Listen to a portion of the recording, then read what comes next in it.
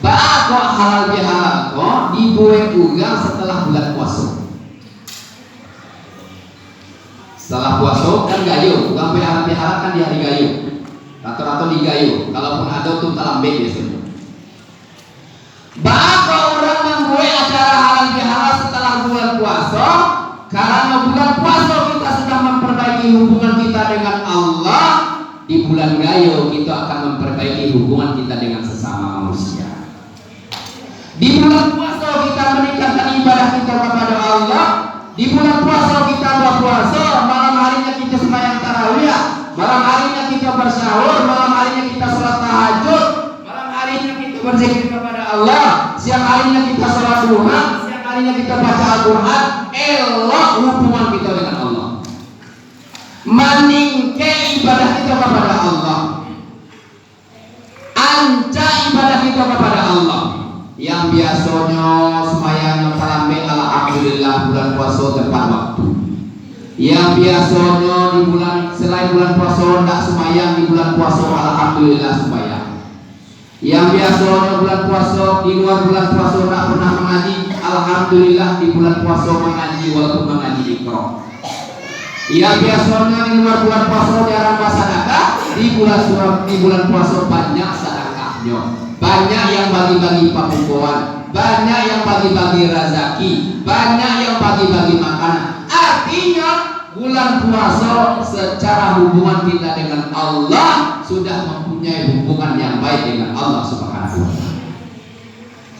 Makanya bapak-bapak, ibu-ibu, kaum muslimin dan muslimat yang dirahmati Allah, kalau bapak-bapak, ibu-ibu ingin mencari dan ingin menilai puasanya diterima dan tidak diterimanya, aku sampaikan 3 golongan orang setelah ditinggalkan puasa. Nanti silakan dicari kira-kira kita golongannya mana. Jadi kalau bapak-bapak, ibu-ibu ingin tahu puasanya, ibadahnya di bulan puasa bakal diterima atau tidak indah oleh Allah, coba cari kepada 3 golongan. Yang pertama, golongan yang pertama orang-orang yang ditinggalkan bulan puasa. Yang pertama adalah orang-orang yang baik ibadahnya di bulan puasa dan baik juga ibadahnya setelah bulan puasa. Itu yang pertama. Artinya sembahyangnya anca, sembahyangnya tak jago, ibadahnya tak jago, infaknya tak jago, baca Al-Qurannya tak jago. Baik bulan puasa ditinggalkan oleh bulan puasa, masih sembahyangnya tak jago, ibadahnya tak jago, bacaan Qurannya tak jago, sholat duhanya tak jago, sholat tahajudnya tak jago, ibadahnya tak jago, zikirnya tak jago, berarti ibadahnya diterima oleh Allah. Lain kita masuk dalam golongan tubuh. Lain Nabi suruh kita ini. Lain Nabi suruh kita Pak. Lihat Bapak Isa pertama kalau bulan-bulan gini semuanya. Kamu yakin kalau pecelek-celek wajah-wajahnya insya Allah sepertama sadonya Pak. Amin. Itu golongan yang pertama. Golongan orang yang ibadah di bulan puasa dan ibadah di luar bulan puasa sama bantuannya. Itu yang pertama. Kelompok yang kedua. Salah setengah 10-an. Kelompok yang kedua, orang yang di bulan puasa anca ibadahnya, elok ibadahnya, bayar ibadahnya, tajago ibadahnya, habis bulan puasa hilang ibadahnya. Nado skor dong. Sini Allah nado skor. Itu di kampung pos nana. Kalau yang harus kampung dengan aku bisa mau gitu.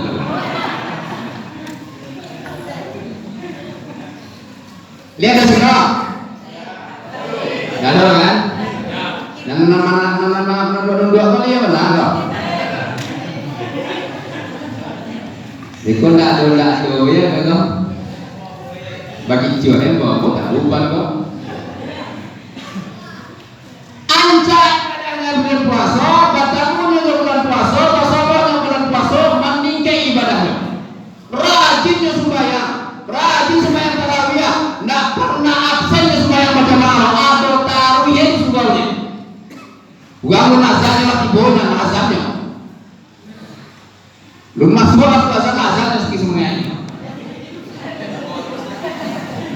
maghrib aja. Anca ibadahnya, anca jago ibadahnya, rajinnya sembahyang, rajinnya berjamaah di masjid, banyak infaknya, banyak sedekahnya.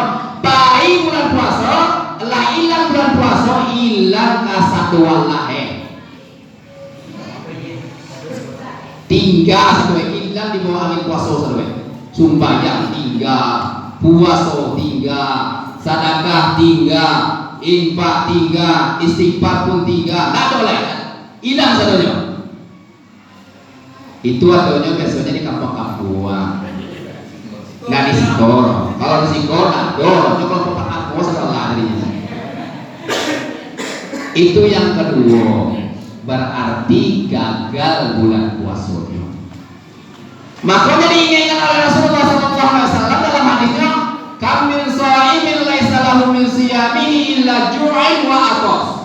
Kata Rasulullah SAW, betapa banyak orang yang berpuasa di bulan Ramadan, betapa banyak orang yang beribadah di bulan Ramadan, nggak dapat pahala kecuali haus dan lapar saja, nggak berpengaruh, nggak ada sisanya setelah bulan puasa. Nah, itu lumayan dulu Pak. Yang baik kelompok yang ketiga Pak. Jadi kalau kelompok yang ketiga, kalau ada yang kelompok ketiga, nah, langsung jangan lagi dua ya. Tetapi dua di situ, kelompok kedepannya lebih baik ya. Kelompok yang ketiga adalah orang yang sama aja saja kayak gitu nih. Puasa ndak puasa sama ya, orang puasa ndak puasa, orang sembahyang ndak sembahyang, orang sembahyang tarawih ndak sembahyang tarawih, orang sedekah ndak bersedekah, ndak doa bulan puasa deh. Sama ya sebenarnya. Basabo yang di bulan puasa, batamu yang di bulan puasa, sama je maksiatnya, sama je ibadahnya, ndak do ibadahnya dijaga sampai kini.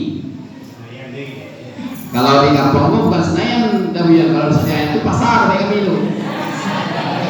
Nah, kalau sampai aku biasanya salah saya itu ini. Kalau Senin itu kan lanjut di Senin dia. Cak iya Senayan itu yang cak ke kampung minum. Nah, itu yang beda Pak.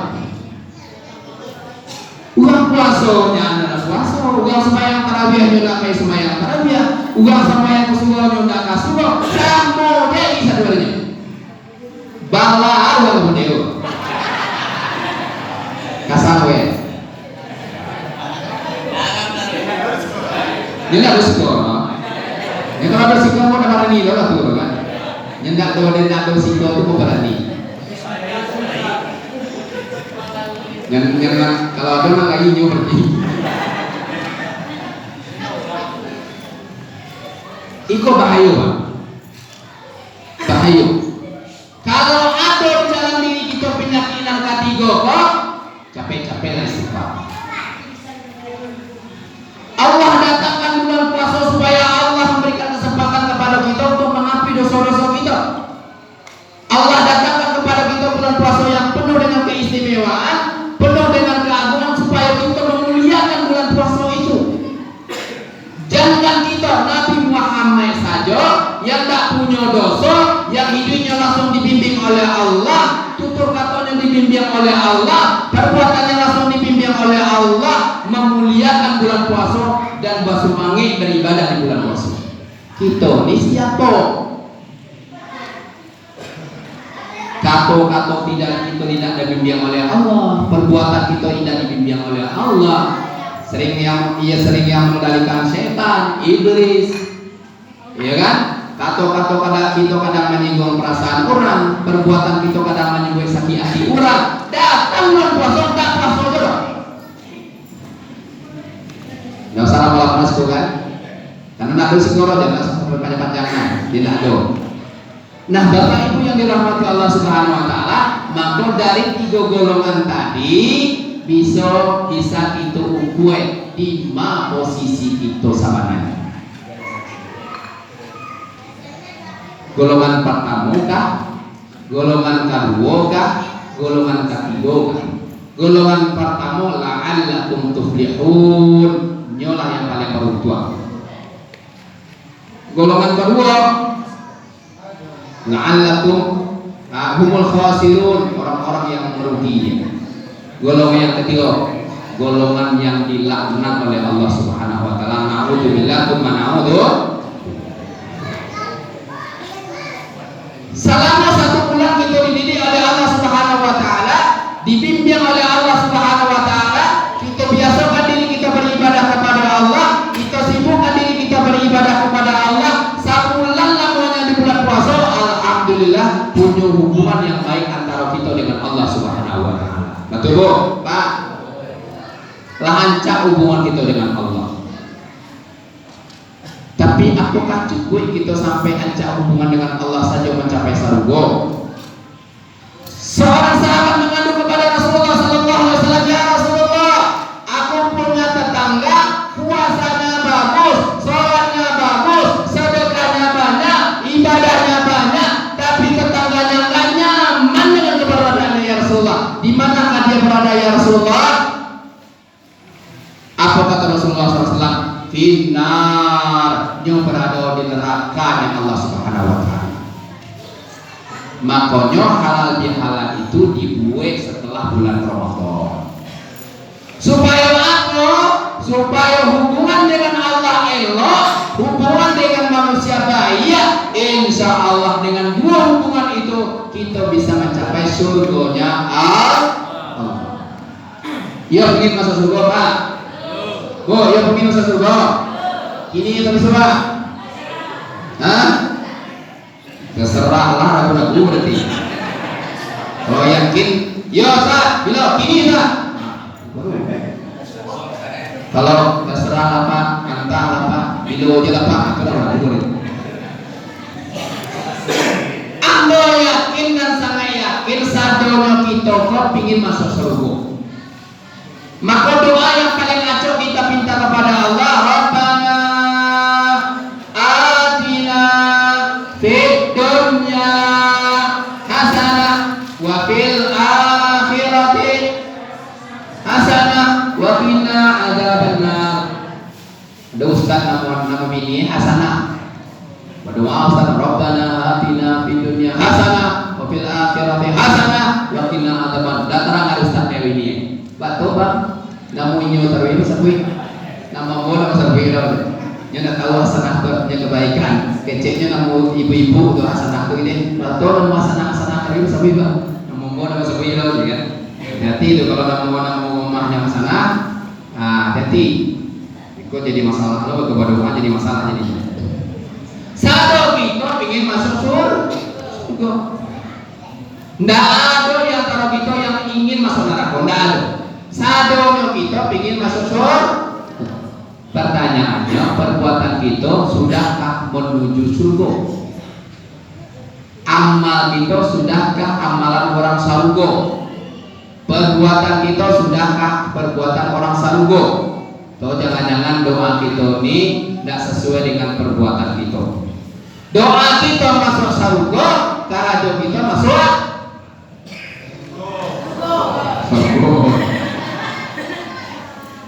ingin masuk surga tapi perbuatannya bukan perbuatan orang yang masuk surga.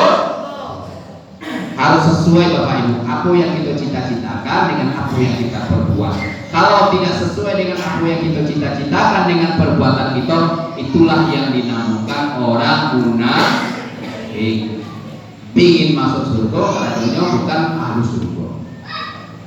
Maka Bapak Ibu yang dirahmati Allah Subhanahu wa taala, setelah kita perbaiki hubungan kita dengan Allah, Allah ridho dengan kita, Allah mencintai kita, Allah menyayang kita, ada satu hubungan yang harus kita perbaiki.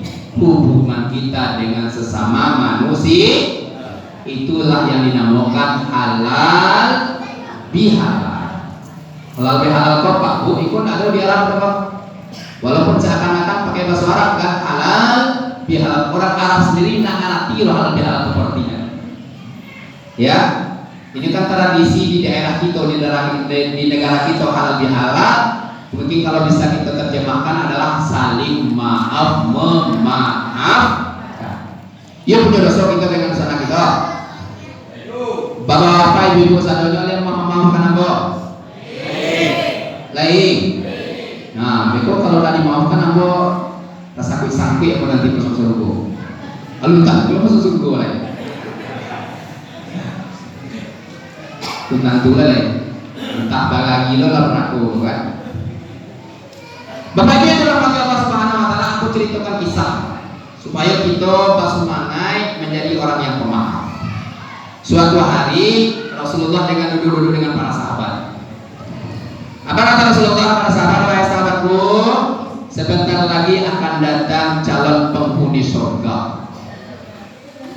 Sahabat-sahabat itu terkejut. Padahal ada Abu Bakar, ada Umar, ada Utsman, ada sahabat-sahabat mulia. Tiba-tiba Rasulullah mengatakan akan datang calon penghuni surga.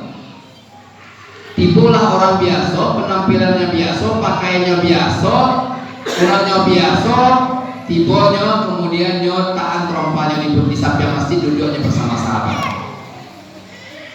Besok harinya Rasulullah ketika menyampaikan nasihat kepada sahabat, Rasulullah katakan ya, akan datang calon penghuni surga.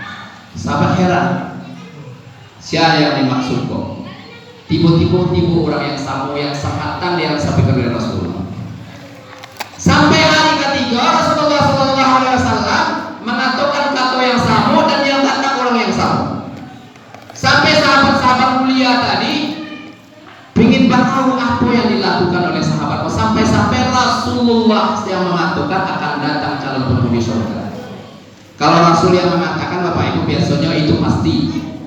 Kenapa pasti? Karena wa ma yantiqu anil hawa in huwa illa wahyu yuha. Tidak ada yang diucapkan Rasulullah kecuali wahyu Allah yang dibisikkan kepada diri Rasulullah. Jadi setiap apa yang disampaikan Rasulullah pasti akan terjadi, karena itu adalah firman yang disampaikan oleh Allah kepada Rasulullah SAW. Jadi di tengah-tengah keheranan para sahabat, kok ada seorang sahabat berpunya akalnya. Setelah pengajian bersama Rasulullah, sahabatku mendekati yang pemuda tadi, Pak. Kecek, Pak. Ambo, kok kebetulan sedang akur di orang tua juga ambo. Jadi ambo pingin menginap di rumah Pak agak beberapa hari. Apa kata sahabat kok? Nggak boleh gitu dong. Mbak Ana nggak akur di orang tua, nggak boleh meninggalkan orang tua dong.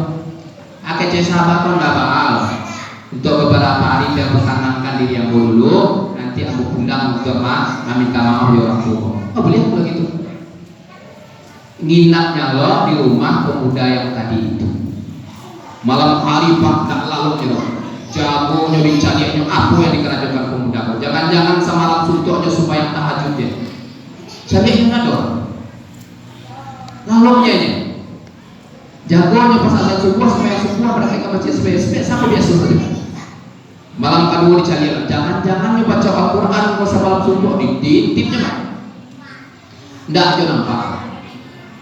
Sampai malam ketiga dicaliak-caliaknya, diintip-intipnya, tidak ada amalan yang dilakukan yang spesial dilakukan oleh pemuda. Sampainya putih aso. Setelahnya putih aso hari ketiga, dia izin kepada pemuda kok, Pak, sabananya ambo ada masalah di orang tua ambo akur-akur saja juga ya ambo nih. Cuma aku bertanya dan kamu mendengar Rasulullah SAW mengatakan akan datang calon penghuni surga dan yang datang ketika itu adalah sosok Anda. Hari ketiga Rasulullah mengatakan hal yang sama, yang datang adalah Anda. Yang ketiga Rasulullah mengatakan perkataan yang sama, kemudian yang muncul adalah Anda. Jadi ambo punya inisiatif, ambo punya akal ingin mencari apa yang apa lakukan sampai Rasulullah mengatakan Anda akan masuk surga. Kan luar biasa Pak ya. Biasanya orang mau masuk surga itu sholat tahajud panjang, baca Al-Quran panjang gitu kan. Apa kata sahabatku, wahai anak muda, sesungguhnya ambo amalan ambo biasa-biasa saja. Sembahyang kok cuma sembahyang 5 waktu yang ambo jago. Puasa kok cuma puasa yang wajib di bulan Ramadan tanpa puasa sunnah sesehari. Cuma aku punya amalan yang mungkin tidak dilakukan oleh orang lain. Apa tuh? Ambo sabalun memajamkan mata ambo, sabalun ambo lalok, sabalun ambo tidur, ambo hilangkan dengki, ambo hilangkan iri, ambo maafkan sia yang pernah babuin dosa juga. Hilangkannya dengki, hilangkannya iri, dimaafkan orang yang babuin dosa juga. Ternyata itulah yang mengantarkannya sampai Rasulullah mengatakan akan datang calon penghuni surga, dan yang ternyata dialah yang muncul di hadapan para sahabat yang lainnya. Kira-kira kita ingin masuk surga, Bu? Ingin masuk surga? Dia kuat memaafkan, dia kuat menghilangkan rasa iri, dengki, sakit hati, prasangka. Kalau ia ingin masuk surga, hilangkan penyakit dari hati itu. Nah, gampang Pak. Bapak-bapak kira hilangkan penyakit itu gampang? Susah Pak. Baru aja tetangga beli motor barunya lah mulai gimana tadi penting dong. Ini udah tahu kan punya di sakir. Kan? Ini udah tahu di kampung atau sawah elawe kambing banyak. Mama hanya mungkin banyak punya piti banyak, dia dia di mamanya di kampung, dia orang tahu di giginya piti belum tahu. Nampak di tetangga tapi lah disiko apa kira pil dua saudara. Maka Bapak Ibu yang dirahmati Allah Subhanahu wa taala, penyakit hati itu gampang nempel di hati kita karena apa? Karena setan tidak ingin kita masuk surga. Maka Bapak Ibu yang dirahmati Allah, persaudaraan itu mahal, kekeluargaan itu mahal.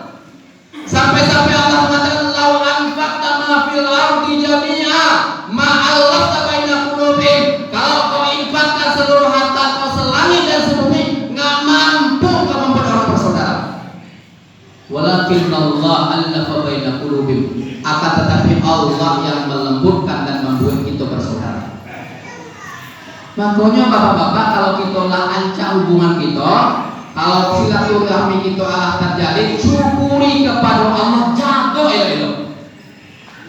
Jangan sampai hal-hal yang gara-gara sepele, gara-gara hal-hal yang kecil, rontok silaturahmi kita, pecah hubungan persaudaraan kita, karena itu nikmat yang sangat besar yang Allah berikan kepada kita.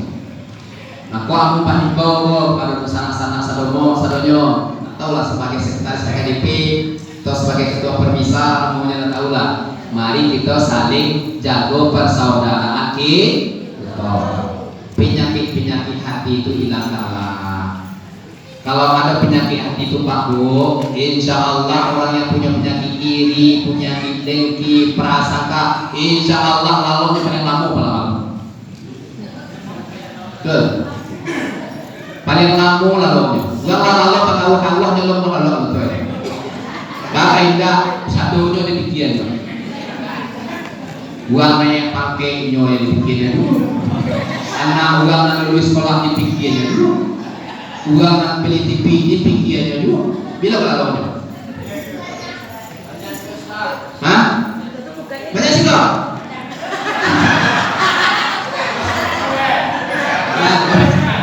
Aku menyampaikan, kau nak ada siko jadi.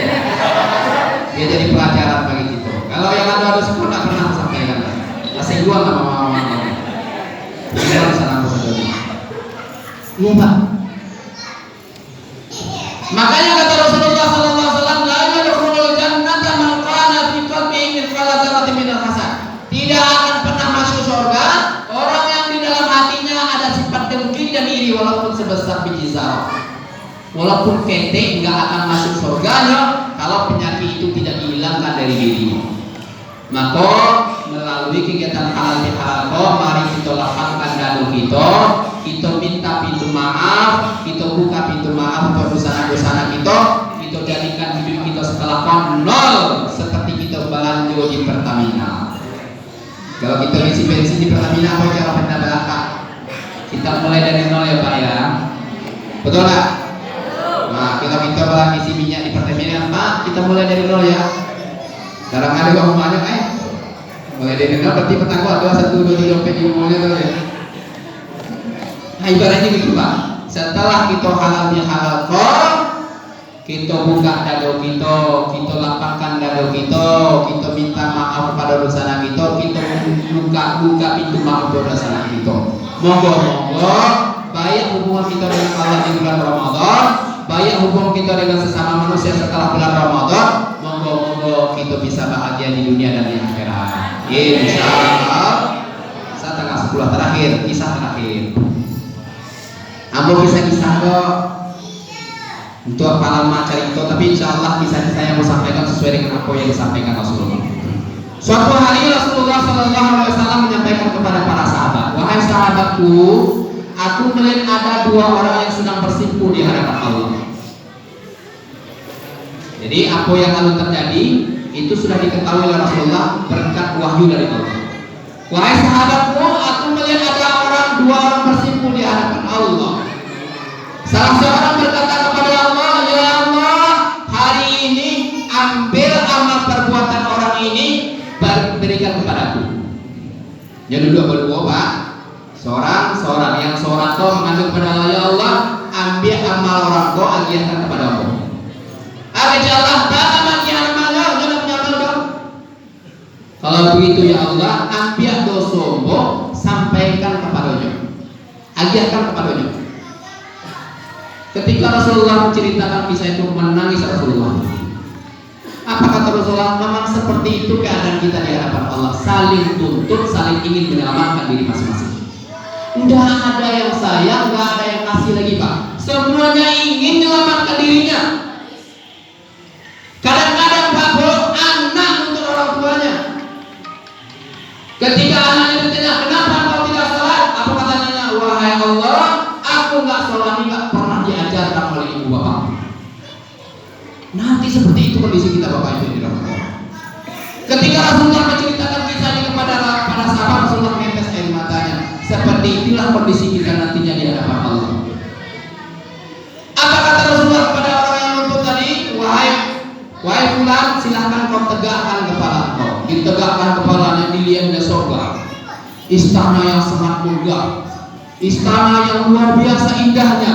Kemudian pemuda ini bertanya kepada Allah, ya Allah, untuk siapakah istana ini wahai Allah? Untuk Nabi siapakah istana ini wahai Allah? Untuk mujahid siapakah istana ini wahai Allah? Untuk pejuang yang manakah istana ini wahai Allah? Apa kata Allah? Untuk orang yang mampu membayarnya. Apa kata sahabat ini, orang ini kepada Allah? Siapakah yang mampu membayarnya wahai Allah? Apa kata Allah? Engkau mampu membayarnya. Bagaimana cara saya mampu membayarnya wahai Allah? Apa kata Allah?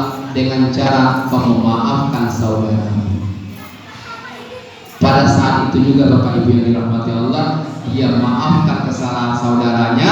Kemudian Allah berkatakan, silakan kau masuk ke istana itu dan bimbing saudaramu untuk masuk ke istana itu. Kisah ini diriwayatkan oleh Imam Ahmad di dalam hadis Rasulullah SAW yang menjelaskan betapa besarnya pahala memaafkan dan memberi maaf kepada saudara-saudara kita. Oleh sebab itu, nggak ada alasan bagi kita untuk tidak memaafkan saudara kita. Saya yakin dan saya sangat yakin semua kita punya salah, semua kita punya dosa, semua kita ada kesalahan, ada kekeliruan, ada kekhilafan. Maka saatnya kita untuk memberikan maaf kepada saudara-saudara kita. Setuju? Iya, nanti kita salam-salaman, habis acara kok lapangkan hati, menerima kesalahan saudara-saudara kita, bukakan pintu maaf, saling memaafkan. Kita mulai dari nol, insya Allah kita akan berkumpul nanti di surga Allah Subhanahu wa Ta'ala. Amin. Amin ya rabbal alamin. Ini saja yang dapat aku sampaikan, kurang lebihnya mohon maaf. Jadi kalau ingin mengundang nanti